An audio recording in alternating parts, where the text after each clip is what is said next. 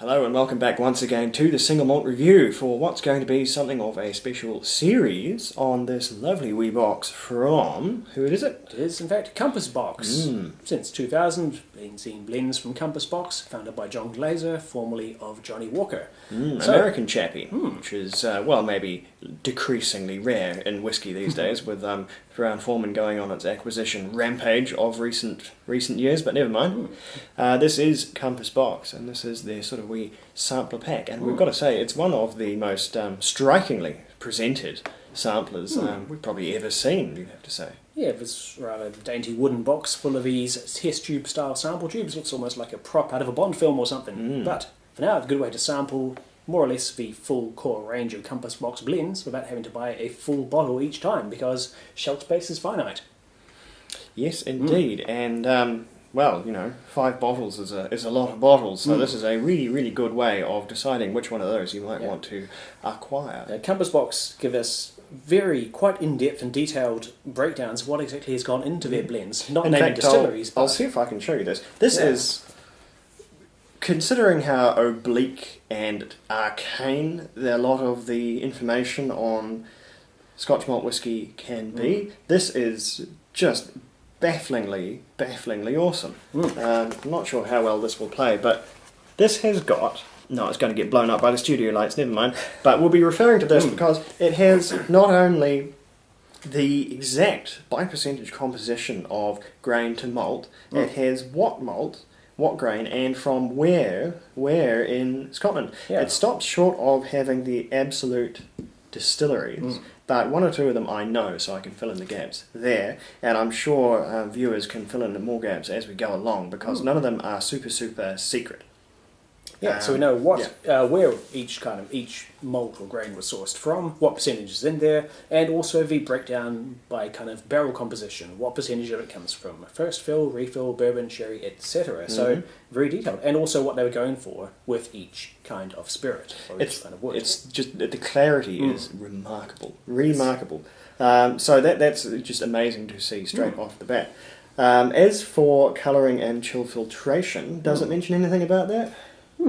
That's a good point. Conceivably not. I think there may be a little bit of both in here, depending, although we'll be able to check the chill filtration. But colouring, I think they might deploy because they're trying to maintain consistency across what is a very batch-heavy line. These are not made in huge numbers.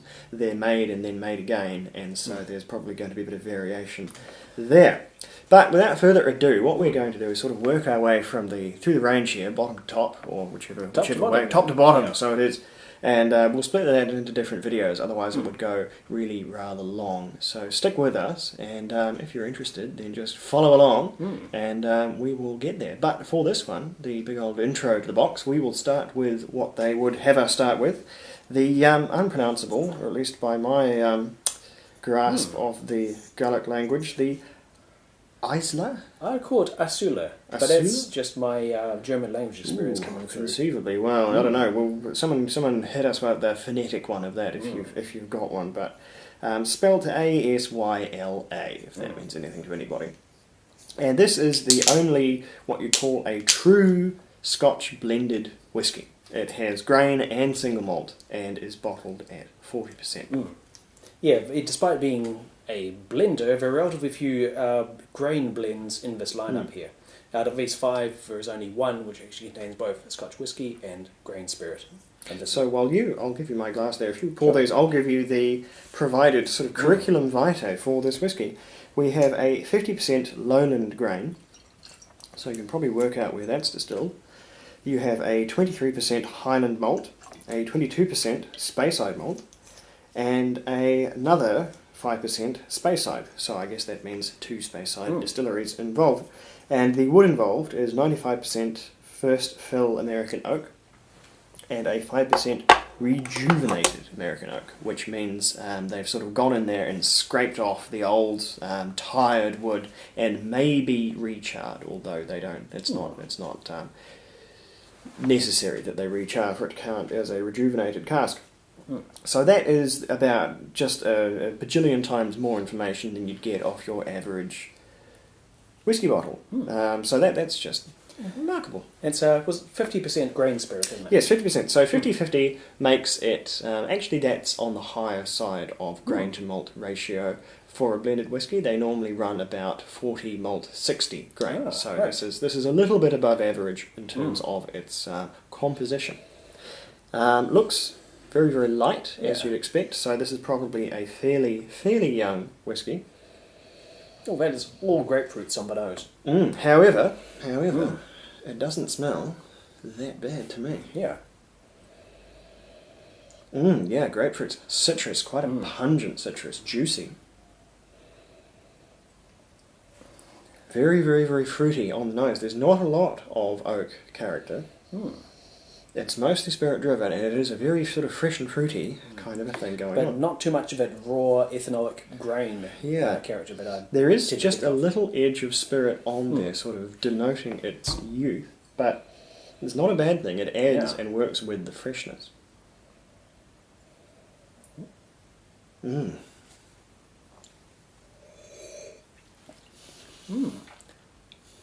Very light and smooth, easy to drink, full of a little bit of a bitter lemon finish, kind of a strong lemon sorbet flavour. It's really, really quite punchy for only 40%. Yeah. There's a distinct amount of fire in there, and vibrancy. It's still fresh and fruity. It's sort of almost like a blend between a... Actually, no, it's more Speyside. I was going to say there's a bit of lowland character to it, but no, the fruits are too sort of fresh. Too fresh and obvious. Yeah, citrus juice in this one. Sort of lemon juice, orange juice. There's a bit of rind thrown in. Kind of a sort of a sharp, cool kick to it, like a very strong peppermint or maybe an icy chilled vodka.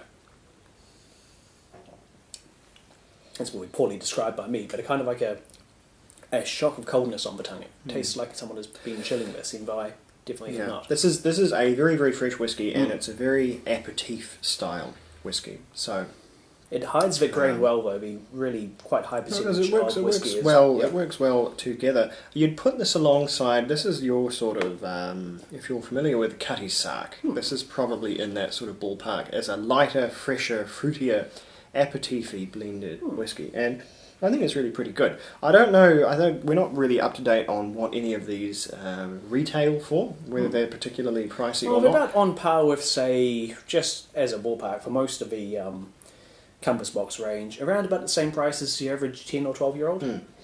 This one, I suspect, it would have to be the cheapest of the bunch, but how cheap probably depends on where you're shopping. But at any rate, I think it's a perfectly good, if not necessarily standout, no age statement blended malt whiskey. You could certainly do a lot with. And it's taken water nicely too. That's mellowed it a little, brought out more lemon. So it scores for this one. And keep in mind these are blend scores, so don't compare this to single malts. That's a pretty solid 85 from me. I would drink this any day of the week. What do you think? I rated it 79. It's satisfying, well-rounded. It's a good blend, and also not immediately self-evidently a blend. So it's good kind of a low-key, sort of a stealth blend.